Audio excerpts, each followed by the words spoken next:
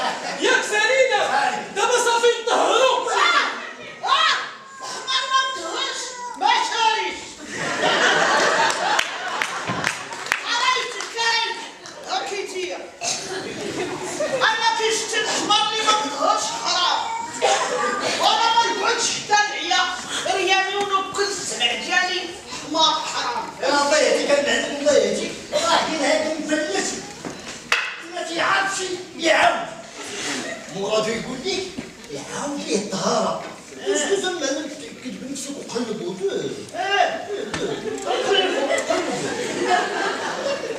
اش انت لا الزلي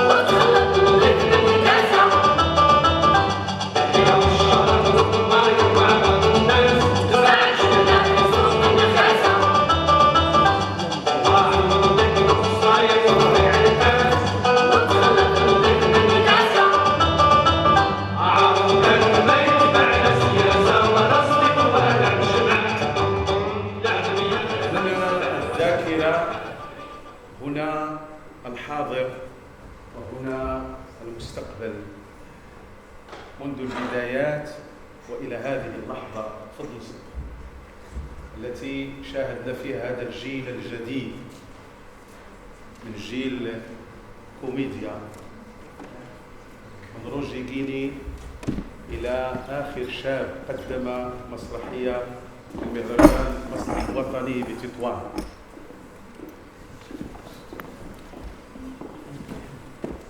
لا يمكن لنا أن نكون إذا لم يكن هناك اعتراف بمن سبقونا، لا يمكن أن تكون تنسيق إذا لم تكن كوميديا، ولا الرحالة إذا لم تكن شبيبة، ولا الورشة إذا لم تكن الوفاء.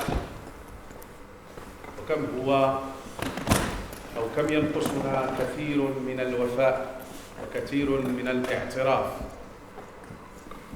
أحيي هذه الذاكرة، ولم نكن على خطأ عندما قررنا في مسرحية دوست في فرقة دوست مسرح أن ننهش في الذاكرة وأن نجعل محور التوطين المسرحي فرق مسرحية في ذاكرة هذه المدينة، ذاكرة المدينة الحمراء. نشكر كل من ساهم معنا في هذا المحور من الفرق ومن المخرجين ومن الكتاب ومن الباحثين. سأخص بالذكر واسمحوا لي أن أشكر أستاذي السي عبد الواحد بن ياسر الذي كان معنا نعم السند، والرجل الذي قدم درسا افتتاحيا في محور التوثيق المسرحي. ما زالت أمامنا فرقة تنسيفت، من المفترض أن تكون كوميديا، هي أول فرقة سي زهير، ولكن لأسباب تقنية ولسفر سي بالمقدم كان هذا الموعد. أستأذنكم في أن أنادي على السي عبد الواحد بن ياسر ليقول كلمة عن الفرقة، عن أنه ابن هذه الفرقة، وهو الذي افتتحنا معه عتبة هذا المحور قبل أن نبدأ هذا اللقاء مع رواد فرقة كوميديا.